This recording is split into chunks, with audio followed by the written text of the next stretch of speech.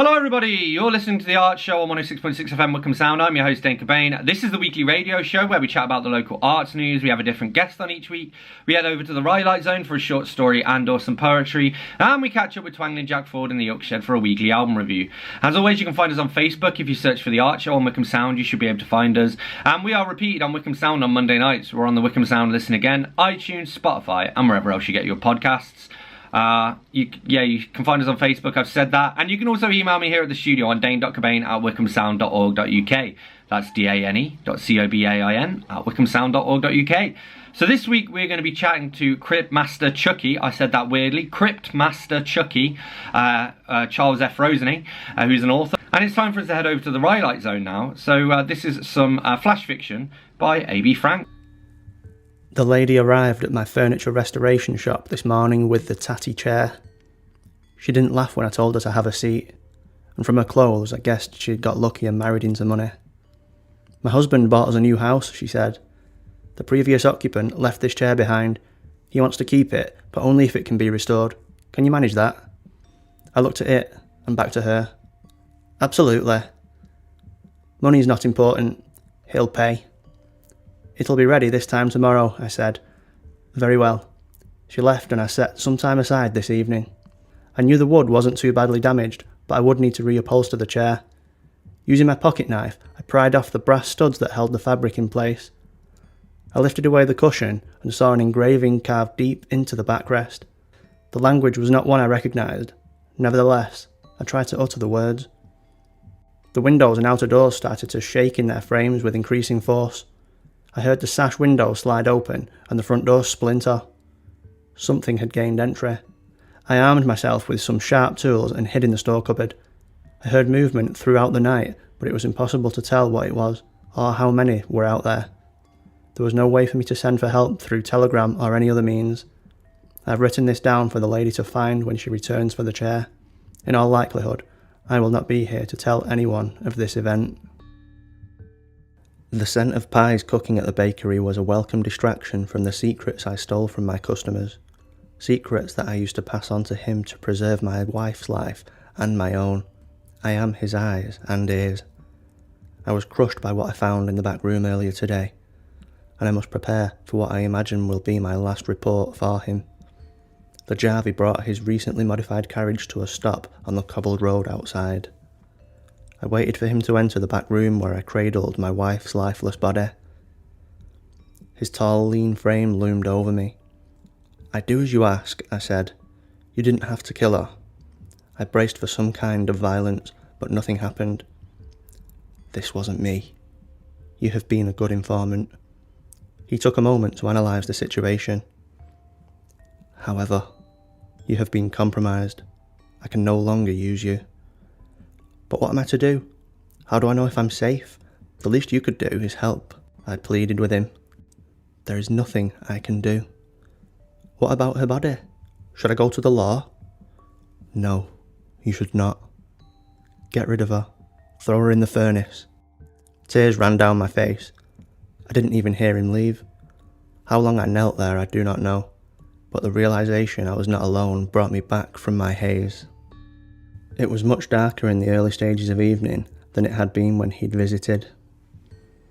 I heard the latch of an internal door click, followed by a long creak as it was eased open. I had snapped out of my trance, but my eyes had not yet adjusted to the dark room. My wife's head thudded against the floorboards when I released her in an attempt to reach for the nearest object to defend myself with. My hand found a rolling pin, and I made for the door to face whatever awaited me. A footstep sounded outside the room, and my heart raced. There was little doubt at this point. I was not alone. "I'm armed," I called out with as steady a voice as I could hope for. "Show yourself." There was a sudden flash of movement. Someone was running, but not towards me.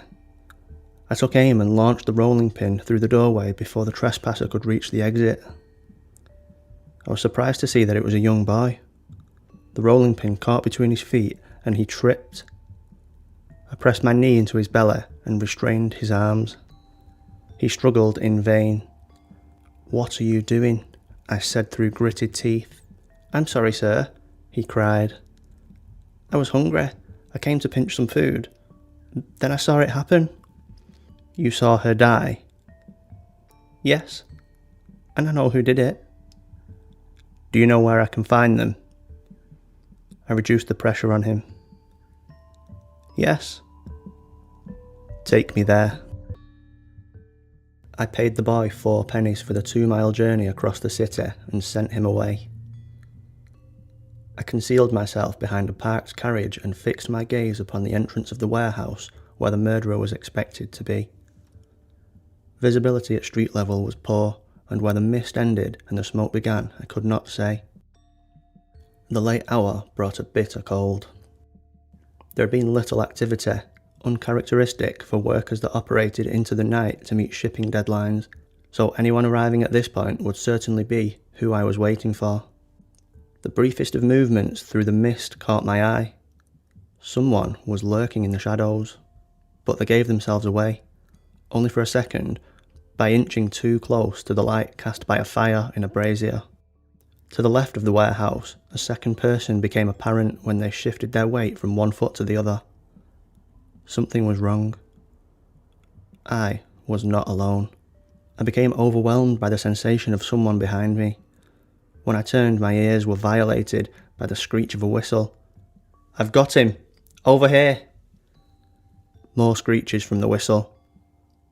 Men emerged from the mist and rushed towards me from all angles. When they got closer and restrained me, it was clear that they were police. The detective was the next one to speak. "We were told we'd find you here." He dropped a match into the bowl of his pipe and puffed. "You're under arrest for the murder of your wife. We found her body at your place of work this evening." Big thank you to AB Frank for this week's entry into the Rhylight Zone.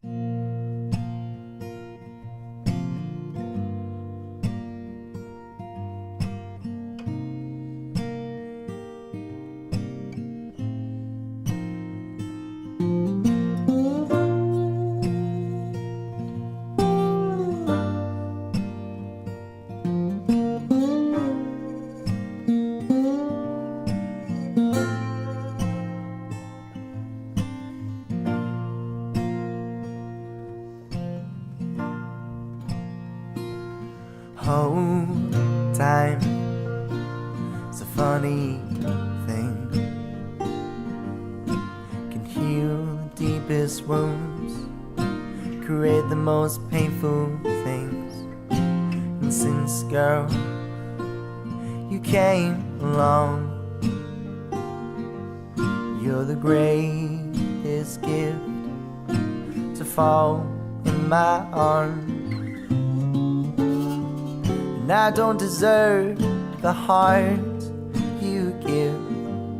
Now the beauty of your soul, I'm just so in love with.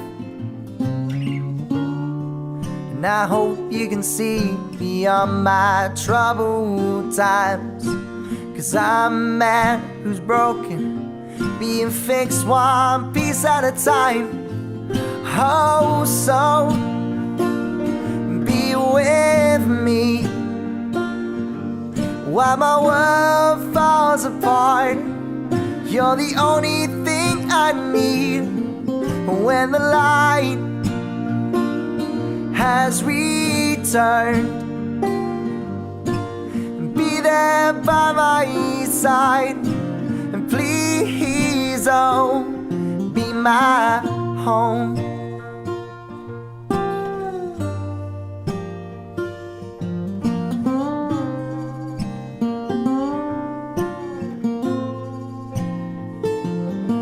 My mind, it's a complex thing. Can make the most beautiful world a very tragic place. You know, I wish I could change, chase away my demons, remove the pain.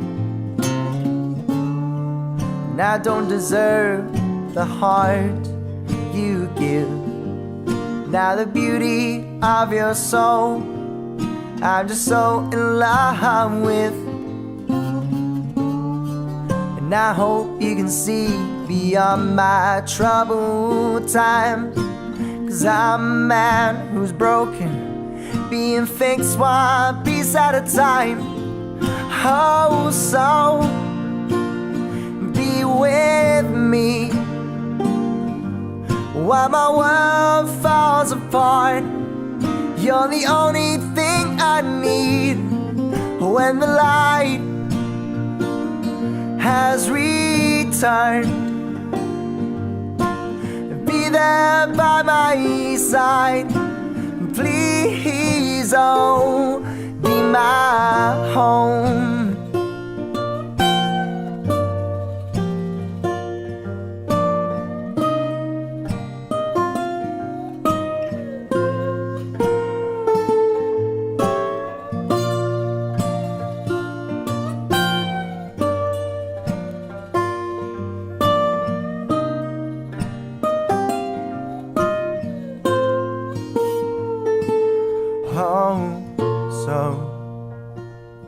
Be with me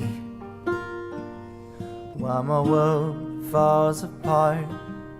You're the only thing I need. And when the light has returned, be there by my side and be my home. Tom's Apple Productions.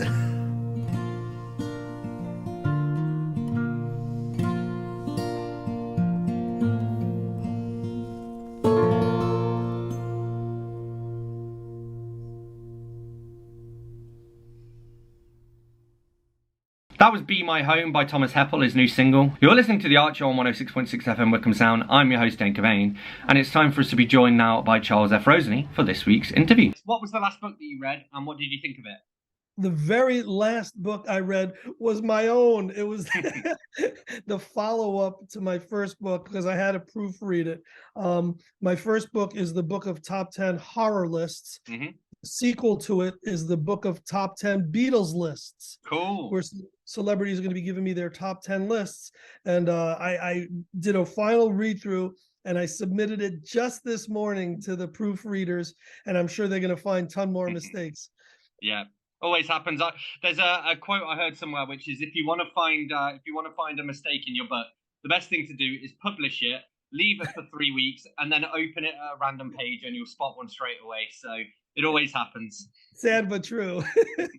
Cool. Well, I want to chat to you some more about the Beatles in a little bit, but I thought, I wanted to get started just by asking you about the book of top 10 horror lists. So whether you could tell us, what is it, what's it about?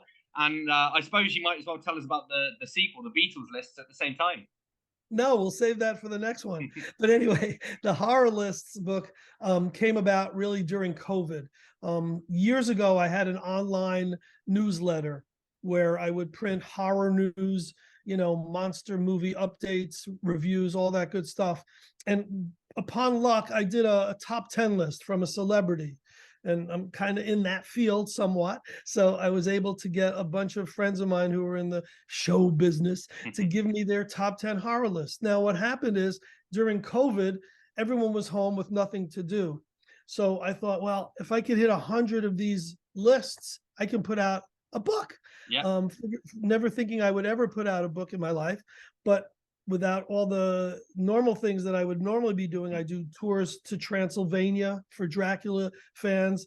I do conventions, paranormal conventions. Couldn't do any of that stuff. So I sat down after midnight when the kids went to sleep. I'm on the treadmill and I'm putting this book together, and it's coming together great. And I'm thinking, wow, I've got so many cool people. I got one of the Beatles, one of the Monkees, one of the Munsters.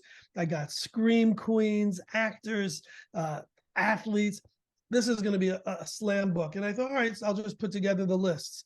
Get the 100 lists and realize, well, wait a second.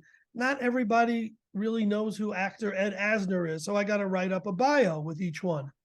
With some of them, I said, oh, well, they've been in a horror movie. I better include that. So it became a lot more monumental than I thought it would be. Went from probably 120 pages to 300 pages. But Then I added a great graphic of either them, well, usually of the celebrity, and then also one of the films or one of the books or one of the topics they put, like a promo still or a glossy or a poster from the film. And all said and done, very, very proud of it. 100 celebrities gave me their top 10 favorite horror lists, and it's a nice book. Awesome. And you've hinted at this, but can you tell us about some of the celebrities who are in there? Yeah, well, so some of them were people that I'd known for many years and was easy to ask them. Some were people who I idolized for many years and just did whatever I could to find them. I went on IMDb Pro and looked at their managers. I went on Facebook and all the places that you might find someone. And some just like, yeah, man, how would you know I love horror movies? I didn't want to say, well, I didn't know. I just got very lucky. And in some cases, I knew their managers or I knew their reps. The big one of the big ones in the book is William Shatner. Yeah. And he's the only one who got 2 chapters. I felt he deserved 2 chapters.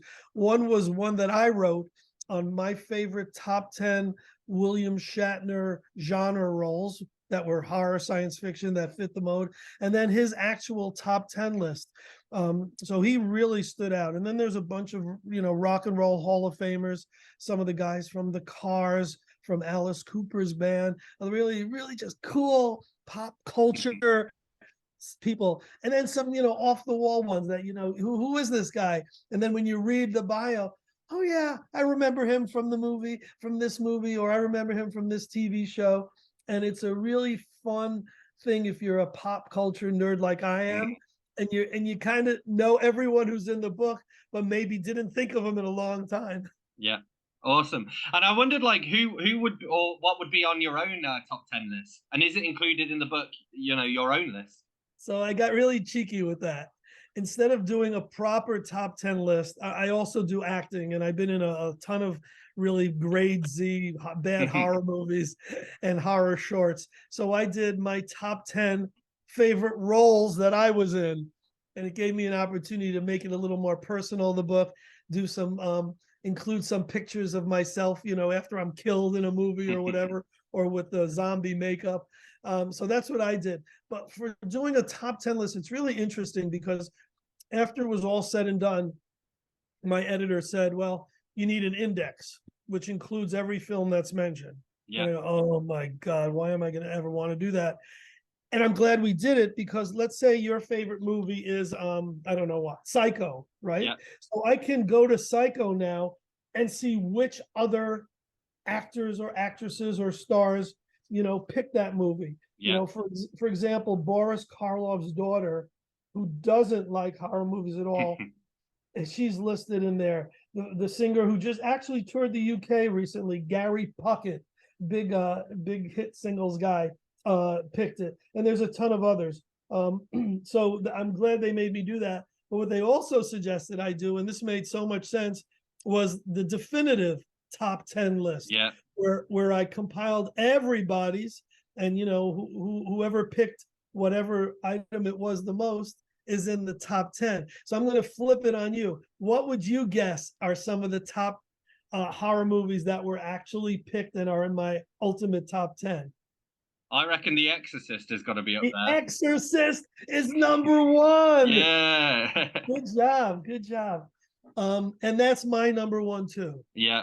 That is by far, the most, I think, jaw-dropping, head-spinning, the one that you leave thinking. And then a lot of people did, and this is possibly because of the demographic. I was speaking to a lot of actors in their 50s, 60s, 70s even. So Frankenstein is on the list, the original Frankenstein, the original Dracula. Mm-hmm. And then some of the other classics are The Shining, Psycho, Night of the Living Dead, Alien, and it's really fun. It brings a smile, just looking at through these people and seeing some of the stars who are in there, and some of the people who said, I'm not a horror fan, I can't do this, and then they gave me a great list of the things that scared them. Yeah.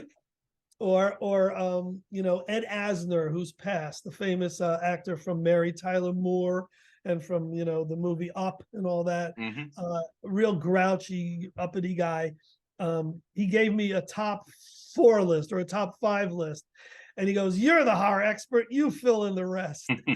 And I actually published his card where he wrote that and used this photo. He said, in tracking me down, you did a better job than Scotland Yard could have. So that was really, really proud of that one. Awesome, cool. Well, and as well, one of the things I wanted to ask, and you kind of, I guess, by covering those the films you mentioned, like Alien, for example, is like sci-fi horror. What is it about horror you think that makes it a popular genre? And do you think it has to do with the fact that it can creep into other genres? So you can have like sci-fi horror, you can have a thriller which has got horror elements. But yeah, what is it that makes horror such a stick around genre? I think it's like, going to a roller coaster at an amusement park. You go on there and then there's that either giant scare or that giant thrill or that little twist on the ride. And then when you get off it, wow, you're safe. You're back to earth.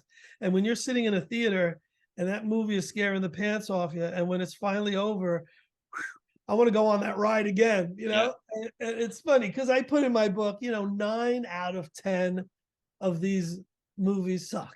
I'm the first one to admit it, but they have something in them that might be a little different. One of the actors might have stood out. One scene is that memorable scene. For me, as much as I love horror, I also love the suspense, the thrillers, the movies like Sixth Sense, which, might not be, everyone's first go-to when they think of horror, but it encapsulates anything that's either supernatural, anything that would scare you. On the cover of my book, I've got King Kong. Yeah. And when I did a lot of library book signings, people said, "Oh, it's not a horror movie." I go, King Kong was not only a monster at the time, but when that was in theaters, people ran out of theaters scared. Yeah. It was a different time. It's easy to say that now. And my response to that is, well, then you're going to say Jaws isn't a scary movie? It doesn't fit the genre. Psycho made you scared of going in the shower. Yeah. And Jaws made you scared of going to the beach. Any movie that leaves that kind of an impression and does any amount of scaring fits it. And if it crosses over the genres, that's fine. One guy, the lead guitarist from Vanilla Fudge, an old 70s rock band, gave me his list of horror movies that he loves that have comedy aspects. His whole list. So it was Abbott and Costello meet Frankenstein. It was some of the young Mel Brooks, and that was great. I loved when some of the celebrities went out of the box with their thing.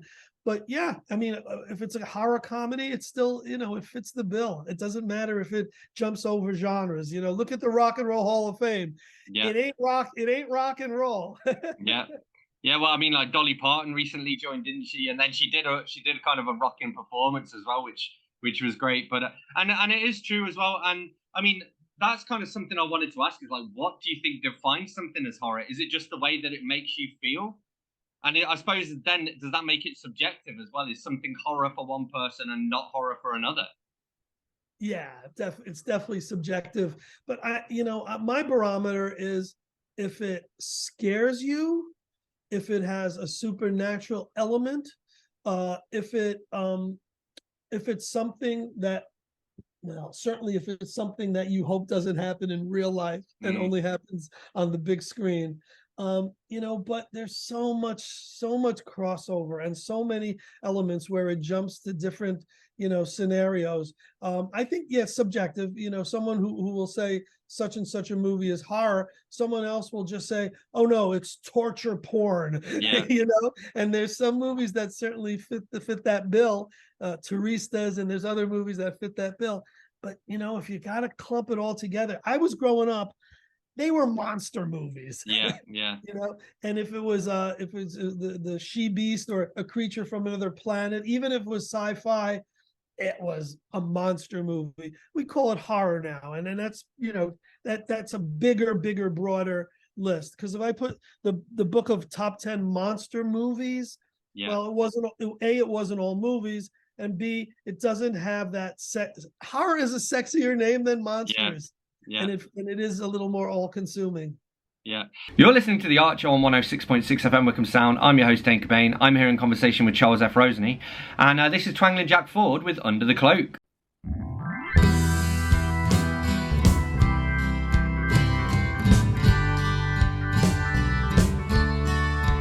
There's a buffet at the food bank to celebrate its opening in town.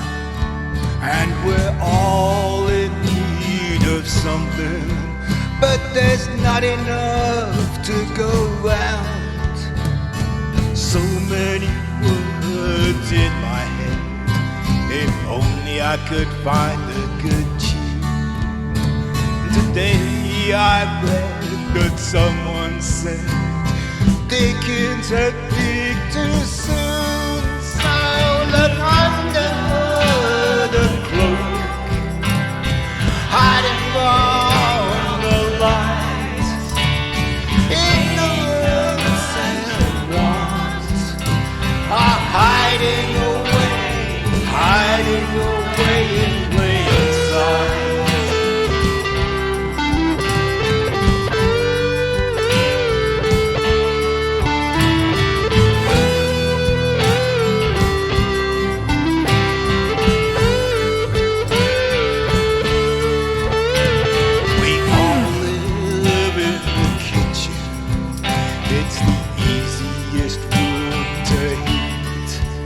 But it serves to remind us we don't have enough to eat. The plague has made us weary. The smell of weed hangs in the air, and the drunks on the corner are showing me how not to care. And look under cloak, hiding from the light. Ignorance and want are hiding away in plain sight. Hiding away in plain sight.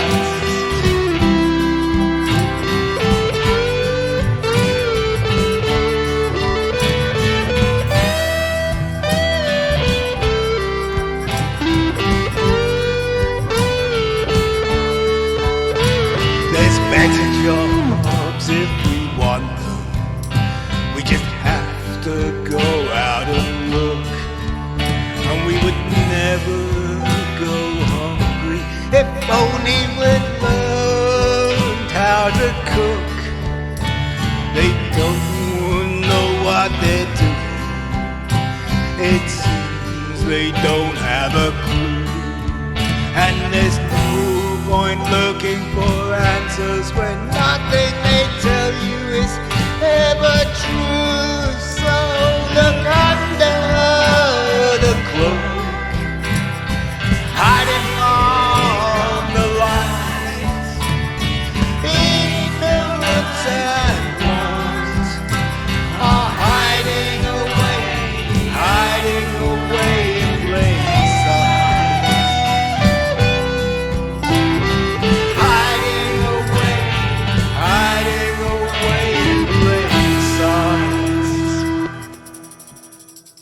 That was Under the Cloak by Twangling Jack Ford. You're listening to The Archer on 106.6 FM Wickham Sound. I'm your host, Dane Cobain. I'm here in conversation with Charles F. Rosenay, and let's get to it. Well, it's funny because I was thinking as well, I think for me, a lot of the horror that I really love is actually, or at least the horror that scares me the most, is the stuff that's really grounded in, like, very grounded in reality. It's like the horror that people do to each other. That, to me, is the scariest thing. Like, I remember even when the Resident Evil movie came out, probably about 20 years ago now. And so I was, probably early teenagers when I first saw that movie. Yes. And the zombies didn't scare me. What scared me was that there was a computer program that was killing people to stop the disease from getting out. And I was like, that computer program is terrifying because that could exist right now. The zombies, I'm fine with the zombies. But yeah, even then, though, even when it is people that the evil that people do, they're still monsters, like we refer to serial killers as monsters, for example. Right. So So it's quite interesting. There is a lot of crossover there as well. Dane, I'm so glad you said that, because the movies that scare me the most are the home invasion movies, Yeah, because those are, God forbid, man, if three people broke into my house wearing masks, yeah, forget, I can't picture a scarier scenario. yeah. And it's, people ask me, well, what movie scared you the most? And I really can't answer that, but I remember the movie that gave me nightmares. And in retrospect, is it a horror movie? No, but it gave me nightmares for whatever reason. It's a movie where Alan Arkin plays against type as the killer, as the guy who tries to get his drugs or his money. I forgot what. It was in a doll with in a movie called Wait Until Dark. Right. Yeah. I don't know if you ever saw it. No, I haven't. No, I'm making a mental note to look it up. But and watching it now, it would probably be one of those black and white. Yeah, okay. But in its time, I came home and I had one of those. I don't know if you ever had one of those nights where you have the flu and you don't know if you're awake. You're sleeping, but you're awake. You're half asleep. You're in that comatose, REM state. I kept waking up, and man, people were climbing through my window. They were walking through the door. That Wait Until Dark is one of the few movies that ever gave me nightmares. Yeah. Awesome. Cool. Okay. Well, I've got a few other things I want to talk to you about as well. So, and you mentioned this, so I wanted to know a bit more about your vampire vacation, what that involves, and how long you've been doing it and all of that stuff. So 2023 will be our 25th year bringing people on a vampire vacation. It actually started in '83. I started doing Beatle tours to Liverpool for Beatle fans. And one of my buddies said, hey, we're doing these tours. They're great. Everyone loves them. You love them. Can't we do other type of tours? And I said, well, I love the horror stuff. He goes, well, why don't we send people to Transylvania? And I'm thinking, what, third world country? I don't think so. And he goes, oh, come on, let's do the research. I bet we could. And we found a company that did the land portion of it, that had, hosts who would guide us around. And I thought, well, you know what? I've got this horror happenings newsletter. I'm a horror guy as much as I'm a Beatles guy. Let's try it. We did it in 1998, and it was amazing. Everyone who went had the greatest time, 20, 30 people, to the point that within 5 or 10 years, we were going to there's horror conventions, so we were going to the conventions and handing out flyers. And we were up to about 100, 150 people going every year. And of course, since COVID, it's slowed down somewhat. Yeah. But this will be our 25th year. We go to Romania. We go to Snagov, which is where Vlad is. What it is, I'll tell you, Dane, what it is. It's a mix of the fiction of Dracula, which everyone loves. We follow through the footsteps of Bram Stoker's novel, plus the history and the true horrors of Vlad the Impaler, Vlad Tepes. So we're giving them history, we're giving them education, but we're giving them entertainment. We did the research and we saw there were certain tours like that. And it seemed like those were the senior citizen tours, where people would go to see a castle, they would spend a few hours sightseeing, and then at night after dinner, they would go to bed. It's the opposite with us. After dinner, that's when the parties start. We go to the goth clubs. We do so. It's day and night, and it really was really missing this. No one was doing it. I don't think anyone else in the world does it. It's dractours.com, and we go to every place where Vlad was buried, where Vlad was born. We go to the castle that Vlad owned, the Panary Castle, which is the ruins now. We go to Bran Castle, which is that real stately one that looks like when you see Dracula movie, that's the castle in the movie. So it's very, very complete, and it's done so well that we've spun it off and we do ghost tours. Because so many people had such a great time. And then, well, where else can we go? We love this stuff. So we've done ghost tours to England, of course, ghost tours to Scotland, to Ireland, to Israel, to Cuba, to Hungary. I'm probably forgetting some, to Prague, to East Germany. We've done Frankenstein castle tours. So, it's a big, it's fun, but it's very successful, and the people have a great time. There's not a lot, I look at the reviews on Amazon in my book, and there's 55551, 55552. There's always people who are gonna, for whatever reason, have some. The tours, unbelievably, 100% satisfaction. Yeah. You're with people who love the same stuff you love, and Yeah. you're going on a trip that you probably never thought in your lifetime could happen. And it's the same with the Beatles Liverpool tour. It's the same with the Dracula tours and the Ghost tours. And people just have the greatest time. And I go on most of them, Yeah. to sort of host it and make sure they have a great time. Yeah, and I can see now why during COVID you actually had a little bit of time, because I can imagine that's super time consuming. And you mentioned as well you go to some of the conventions and things like that. What are some of the events that are local or localish to you that you attend? Well, I attend the ones that I produce, first of all. We do a Paracon, a paranormal convention in Connecticut, which is in my backyard, literally. We do that every year. This year it's May 13th and 14th. And then that was very well attended. So we started one in Salem, Massachusetts, Cool. home of the witches. And we do, but that's a little more spread. It's not just paranormal. So that's the Salem Horror and Paranormal Convention. And we had some guests last year from The Walking Dead, from a bunch of movies, in addition to the psychics and all that stuff. But I try to attend, conventions if I have an off weekend and I'm not, busy with the stuff that I do. Chiller Theater is one of the most famous ones. Started out all horror, and now it's horror and pop culture, and they have comedians and celebrities. And for the first time this year, I'm bringing a celebrity to sign autographs at that show. I don't know if you know Melanie. She was at Woodstock.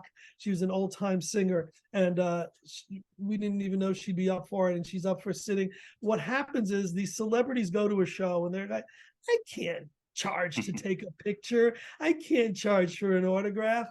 And you have to convince them, because all their life they've been doing that, walking out of a Broadway stage, at the side door, they sign an autograph when they're at events. So here you're teaching them that people do actually pay for this stuff, and there's a big market for it. And once they do one show, when's the next one? Yeah. So for years of attending them, for years of handing out flyers at them and being that promoter and that huckster and all that, now I'm on the other side of the table. I'm signing copies of my books, and I'm bringing celebrities to the shows to actually get their autograph signed. So that's really fun. I'm really enjoying. That's like the second act here with all the things I do. It's something that I'd never done before. Awesome, cool. And kind of looking to the future, and this is the last question really, or two in one. So what's next for you? Which I guess you kind of covered on. You're going to work on the Beatles list. And where can people follow you to find out more and to get a copy of the book? I wish I had a simple answer, because each of the items has their own kind of website and kind of Facebook page. So the first book we talked about, the book of top 10 horror lists, is of course available on Amazon. And it's the website is Book of Top 10, the number 10, not TEN, Book of Top 10 horrorlists.com. Cool. The follow-up to that, which has nothing to do with anything else aside from the fact that I'm in Connecticut and I'm in this paranormal world, I put out a book called True Ghost Stories of Connecticut, which is doing very well, locally. It's an area regional item, and that's at www.paranormalconnecticut.com. The Dracula tours are at DRACTOURS, DracTours.com. The ghost tours are at toursofterror.com. And the upcoming book of, which will probably, it might even be out when we have our chat, but hopefully not, so we can do this again.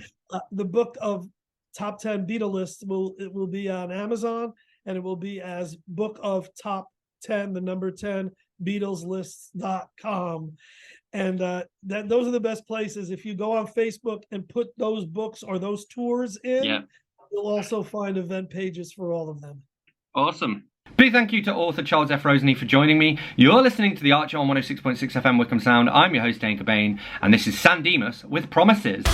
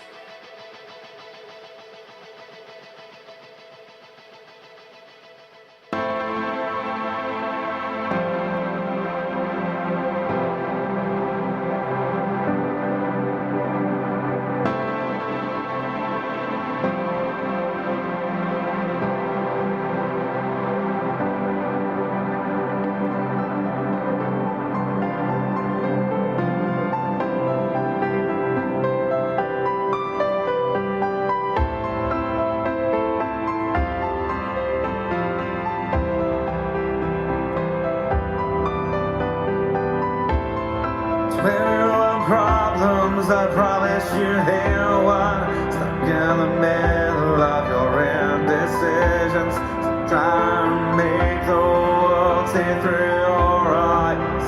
You're right.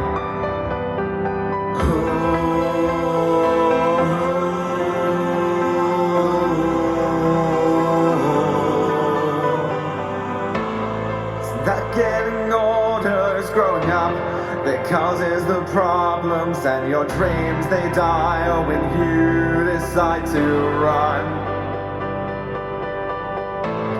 It's that getting older is growing up that causes the problems, and your dreams they die when you decide to run.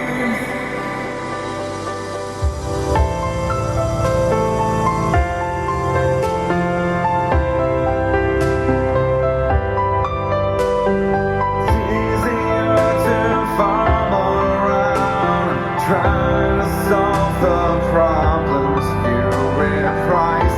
To your surprise, there is nothing wiser than to let go and start.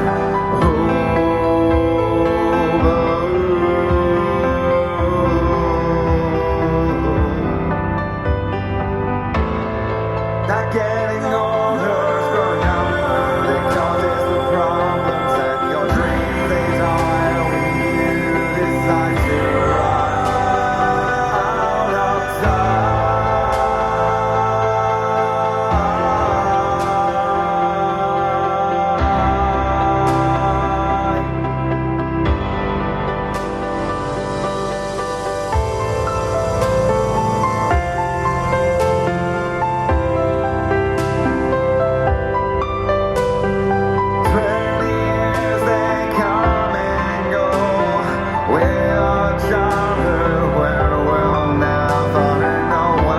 Time is gone, it's gone, there's no turning back.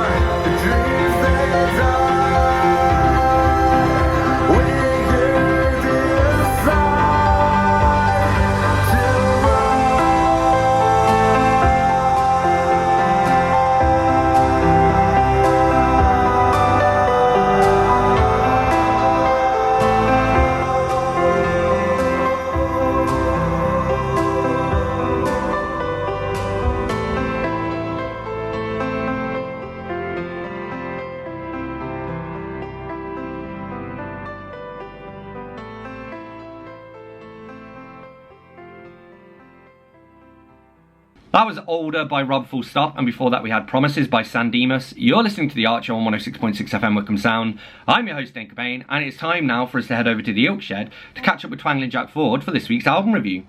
Status quo, whatever you want, the very best of status quo. Status Quo were always showbiz, a holiday camp band that wrote and recorded the great psychedelic single Pictures of Matchstick Men, performing on TV in frilly shirts, paisley and bouffant hair. They tried to match this by covering other people's songs like Ice in the Sun and Down the Dustpipe, but were not really taken any more seriously than White Plains or Edison Lighthouse. I liked Down the Dustpipe, but it was the single Paper Plane that turned my head. Fast and catchy, raw and raucous, rock and roll that was easy enough to play for the likes of my teenage band. But sometime before that they had covered the Doors' Roadhouse Blues, and would keep playing that dum-de-dum-de-dum rhythm for years to come.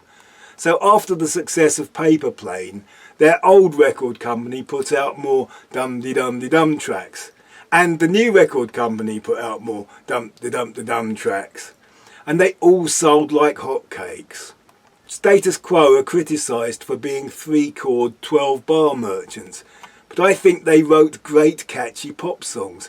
However, they played them all using that same successful rhythm, making everything instantly recognisable.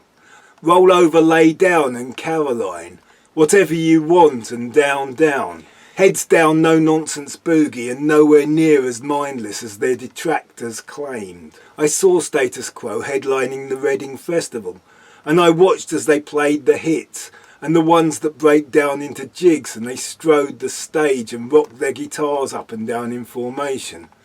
But I decided to leave before the crowd, and as I lay in my sleeping bag I could still hear it going dum-de-dum-de-dum, and the crowd loving it. But that is showbiz, give them what they want. I have heard that they would turn up in suits and change into denim to match the grimy horde of devotees that had waited patiently in fields and stadia for their entrance. Their greatest entrance was to open Live Aid with their cover of John Fogerty's Rocking All Over the World. I have also heard it said that when it became common for bands to use in-ear monitoring, they each had a small mic'd guitar combo, but stood in front of stacks of empty speaker cabinets. Now that is showbiz. When they tried to move away from the boogie, so the original band split. When the band became just the nucleus of Parfit and Rossi, they were able to just be pop stars. This compilation starts with the psychedelia, then covers the heavy years, but then goes on into the period where they seem to be covering anything that fitted their style, making party records like a guitar version of Chaz and Dave. Whatever You Want, Status Quo. Big thank you to Twangling Jack Ford for this week's album review. Thank you to Charles F. Rosenay for being this week's guest. Thank you to everyone whose music I've shared. Thank you to A.B. Frank for this week's entrance into the Rhylight Zone. As always, you can find us on Facebook if you search for The Art Show on Wickham Sound. You should be able to find us. We're repeating on Wickham Sound on Monday nights. You can listen to us again on iTunes, Spotify, wherever else you get your podcasts. We're on the Wickham Sound Listen again. And you can email me here at the studio on dane.cobain@wickhamsound.org.uk. That's dane.cobain@wickhamsound.org.uk. So I am going to leave you with one last tune. This is the Fantastic Hounds of Magic with Astute Intuition. I'll see you next week.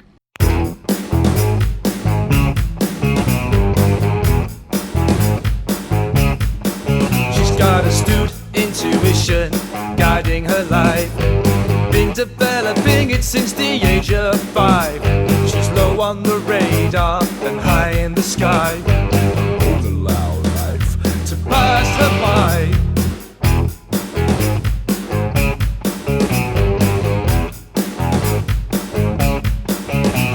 Her mother looks back at her boring past, staring through the bottom of an empty glass. There's not many people who know she bared her charms for a penny a time at the back of the class. Oh, what can it mean? It's in every little thing that you see. Turn around, touch the ground, 99 100. Flip coin, watch it fall.